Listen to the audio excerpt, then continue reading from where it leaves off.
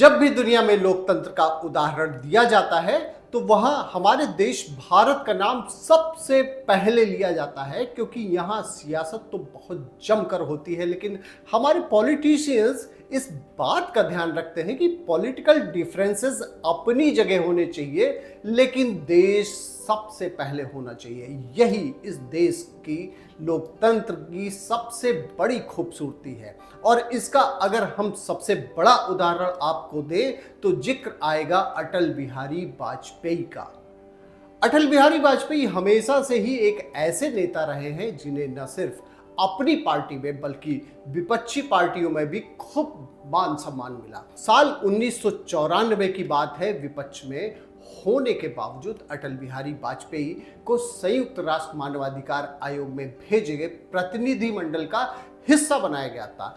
उस समय केंद्र में पीवी नरसिम्हा राव की सरकार थी और यही वो समय था जब देश के बचाव में सभी पार्टियां और धर्म के नेता एक साथ खड़े हो गए थे। दुश्मन देश के लोग भी हैरान थे कि आखिर ये कैसे पॉसिबल हो सकता है कि किसी देश के अपोजिशन पार्टी के लीडर्स रूलिंग पार्टी के साथ कंधे से कंधा मिलाकर चल रहे हों। सचमुच सिर्फ ऐसा भारत में ही पॉसिबल है। लेकिन अब हमारे यहाँ देश में सबसे पहले वाला जो कल्चर था वो खत्म होता जा रहा है। इस पर बट्टा लगाने का काम कर रहे हैं कांग्रेस के युवराज राहुल गांधी। जी हाँ, राहुल गांधी को पिछले कुछ वक्त से बाहरी देशों से बड़ा ही विशेष लगाव हो गया है। वो बीच बीच में वहां जाकर अपना ज्ञान देते रहते हैं, या यूं कहें कि अपना फ्रस्ट्रेशन निकालते रहते हैं, और उनका ये ज्ञान देश विरोधी ही ज्यादा रहता है। ऐसा हम क्यों कह रहे हैं इसका पता आपको ये पूरा वीडियो देखने के बाद में चल जाएगा। देखिए, इसमें कोई दो राय नहीं है कि प्रधानमंत्री नरेंद्र मोदी और राष्ट्रीय स्वयंसेवक संघ की बेधड़क आलोचना करके राहुल गांधी ने अपनी राजनीतिक जमीन को मजबूत किया है और एक वर्ग को साधने में सफल भी रहे हैं। हालांकि उनकी ये आलोचना हमेशा तार्किक हो, लॉजिकल हो, ये जरूरी बिल्कुल नहीं है। लेकिन वो कहते हैं ना कि इस समर्थ को गरियाने की हिम्मत दिखाना भी साहस का प्रतीक माना जाता है। तो राहुल गांधी भी ऐसा ही साहस दिखाकर अपने को मजबूत दिखाने की कोशिश कर रहे हैं। दरअसल राहुल गांधी हाल ही में अमेरिका गए। नेता प्रतिपक्ष के नाते उन्हें पीएम और सरकार की आलोचना का पूरा अधिकार है, ये हम अच्छी तरीके से समझते हैं। लेकिन मुद्दे की बात करते करते उनकी गाड़ी कब पटरी से ही उतर जाए, यह कहना जरा मुश्किल हो जाता है। राहुल गांधी का अमेरिका दौरा हंगामे का कारण बनेगा, इसका अंदाजा तो पहले से ही था। इसका एक वजह भी है कि वो पीएम मोदी, हिंदुत्व, भाजपा और आरएसएस की आलोचना करके जितना कंफर्टेबल विदेशों में नजर आते हैं, वो अपने ही देश में नहीं नजर आते। जब देश में 2 राज्यों के विधानसभा चुनाव हो रहे हैं, उसी वक्त राहुल गांधी विदेश क्यों गए, इसका कोई ठीक ठाक जवाब नहीं है, सिवाय इसके कि ये भी एक स्पॉन्सर्ड एजेंडे का हिस्सा था। उनकी यात्रा कोई ऑफिशियल नहीं थी। अमेरिका में बसे टेक्नोक्रेट और इंडियन ओवरसीज कांग्रेस के अध्यक्ष सैम पित्रोदा ने पहले से ही कह दिया था कि राहुल की यात्रा निजी है। लेकिन इस निजी यात्रा को भी इस ढंग से डिजाइन किया गया था ताकि उसका जो अलग राजनीतिक संदेश जाए, राहुल जो भी कहें उस पर दुनिया खासकर भारत में जमकर बवाल मचे। और जैसा सोचा गया था वैसा ही हुआ।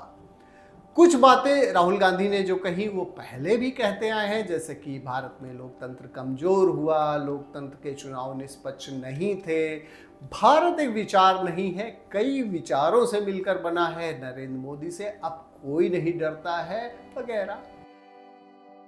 लेकिन राहुल ने सबसे पहले खतरनाक बयान भारत में सिखों की धार्मिक आजादी को लेकर दिया। इस बयान के समर्थक में अमेरिका में बैठे आतंकी सिख नेता गुरवंत सिंह पन्नू ने जिस ढंग से पॉजिटिव फीडबैक दिया वो वाकई में चिंता करने वाला था। राहुल ने जो भी बातें कही थी वो बहुत ही चलताऊ तरीके से कही थी। वॉशिंगटन डीसी में इंडियन ओवरसीज कांग्रेस के कार्यक्रम में राहुल ने एक सवाल का जवाब देते हुए कहा, हमें सबसे पहले समझना होगा कि लड़ाई राजनीति को लेकर नहीं है, लड़ाई इस बात की है कि एक सिख होने के नाते क्या उन्हें भारत में अपनी पगड़ी पहनने की अनुमति मिलेगी। सिख होने के नाते उन्हें भारत में कड़ा पहनने की अनुमति मिलेगी। सिर्फ इनके ही लिए नहीं बल्कि सभी धर्मों के लिए ये लड़ाई है। बहुत गैर जिम्मेदाराना तरीके से दिए गए इस कमेंट में राहुल ने ये नहीं बताया ऐसा कौन सा सिख नेता उन्हें मिला, कौन सा ऐसा सिख मिल गया जिससे कहा गया हो कि भारत में वो पगड़ी नहीं पहन सकता, पगड़ी नहीं बांध सकता या फिर कड़ा पहनकर गुरुद्वारे में नहीं जा सकता। वैसे भी मर्यादा का पालन करते हुए कोई भी व्यक्ति गुरुद्वारे में मत्था टेक सकता है। राहुल ने जो कहा सो कहा, लेकिन उस बयान पर आतंकी पन्नू का जो बयान आया वो कहीं ज्यादा खतरनाक है। वॉशिंगटन डीसी के जिस कार्यक्रम में राहुल गांधी ने ये बातें कही, वहां कई खालिस्तान समर्थक सिख बैठे हुए थे। राहुल ने सिखों के साथ में भेदभाव की बात कहकर सिख फॉर जस्टिस की खालिस्तान पर ग्लोबल रेफरेंडम की मांग को जस्टिफाई करने का काम किया है। यही नहीं, पन्नू ने भी ये सवाल किया था कि राहुल के बयान ने इस बात को प्रूव किया है कि भारत में सिखों के साथ 1947 से ही भेदभाव होता आया है। इससे पंजाब को भारत से अलग करने के लिए रेफरेंडम की हमारी मांग का औचित्य ही सिद्ध होता है। हालांकि राहुल के अमेरिका में दिए गए इस बयान की केंद्रीय मंत्री हरदीप सिंह पुरी ने बड़ी कड़ी आलोचना की और भाजपा प्रवक्ता सुधांशु त्रिवेदी ने राहुल की इस बात को बचकाना टिप्पणी बताया। खैर, अब सवाल ये आता है कि राहुल के इस बयान के जरिए क्या उसी आग पर राहुल फिर से खेलना चाहते हैं जिसकी आग में खुद उनकी दादी इंदिरा गांधी झुलसी थी और उन्हें अपनी जान सिख आतंकियों के हाथों गंवानी पड़ी थी। आपको बता दें कि राहुल गांधी ने भी पंजाब में कांग्रेस के क्षुद्र राजनीतिक स्वार्थों के चलते खालिस्तान समर्थक जरनैल सिंह भिंडरावाले को शह दी थी। उसी भिंडरावाले ने अकाल तख्त पर कब्जा कर लिया था। इसी अलगाववाद का नतीजा न केवल इंदिरा गांधी ने भुगता बल्कि पूरे देश ने भुगता। तो क्या अब यह समझा जाए कि पूरे भारत में सिखों के साथ भेदभाव की काल्पनिक बात उठाकर क्या राहुल उसी अलगाववाद के जहर को सींचने की गलती जानबूझकर कर रहे हैं? क्या वो उसी स्वतंत्र खालिस्तान की मांग को हवा दे रहे हैं जिसके कारण उनकी दादी और पार्टी अब तक लड़ती आई है? क्या वो देश के एक और विभाजन का परोक्ष रूप से समर्थन कर रहे हैं? ये सारे सवाल बड़े हैं और ये इस बात की गवाही दे रहे हैं कि राहुल गांधी कैसे भारत में गृह युद्ध की नींव रख रहे हैं। वैसे राहुल गांधी की नीयत पर शक करने की एक और बड़ी वजह है। दरअसल राहुल गांधी ने अपने अमेरिका दौरे पर मुस्लिम सांसद इल्हान ओमर से भी मुलाकात की, जो अपने भारत विरोधी बयानों को लेकर अक्सर चर्चा में रहती है। पाकिस्तान के पूर्व प्रधानमंत्री इमरान खान की कट्टर समर्थक इल्हान ओमर अपने भारत विरोधी रुख के लिए खूब फेमस हैं। इल्हान भारत विरोधी नारे लगाती हैं। यही नहीं, उन्होंने पाकिस्तान ऑक्युपाइड कश्मीर का भी दौरा किया था और पीओके में भारत के खिलाफ खूब बयानबाजी की थी। हिंदू फोबिया को लेकर भी इल्हान अक्सर विवादित बयानों से घिरी रहती है। इस वक्त पर इल्हान ओमर ने प्रधानमंत्री नरेंद्र मोदी के अमेरिकी संसद को संबोधित किए जाने वाले सत्र का भी बहिष्कार किया था। दरअसल पीएम मोदी ऑफिशियल टूर पर अमेरिका में थे। उस समय इल्हान ने कहा था कि वो पीएम मोदी के भाषण का इस वजह से विरोध कर रही क्योंकि भारत का अल्पसंख्यकों के प्रति व्यवहार ठीक नहीं है। इन सब बातों से पता चलता है कि इल्हान ओमर एक कट्टर भारत विरोधी है और भारत के ऐसे दुश्मनों के साथ मुलाकात करना राहुल गांधी की नीयत को भी साफ दर्शाता है। चलिए, जब आप इतनी बात हो ही गई है तो आपको राहुल गांधी का चाइनीज कनेक्शन भी बयां कर देते हैं। तो पहले हम आपको बता दें कि चीन के साथ कांग्रेस पार्टी का नाता आज का नहीं है बल्कि तब का है जब भारत के पहले प्रधानमंत्री नेहरू ने भारत को मिलने वाली संयुक्त राष्ट्र संघ की अस्थायी सदस्यता प्लेट में सजाकर चीन को गिफ्ट कर दिया था। आज उसी का खामियाजा देश भुगत रहा है।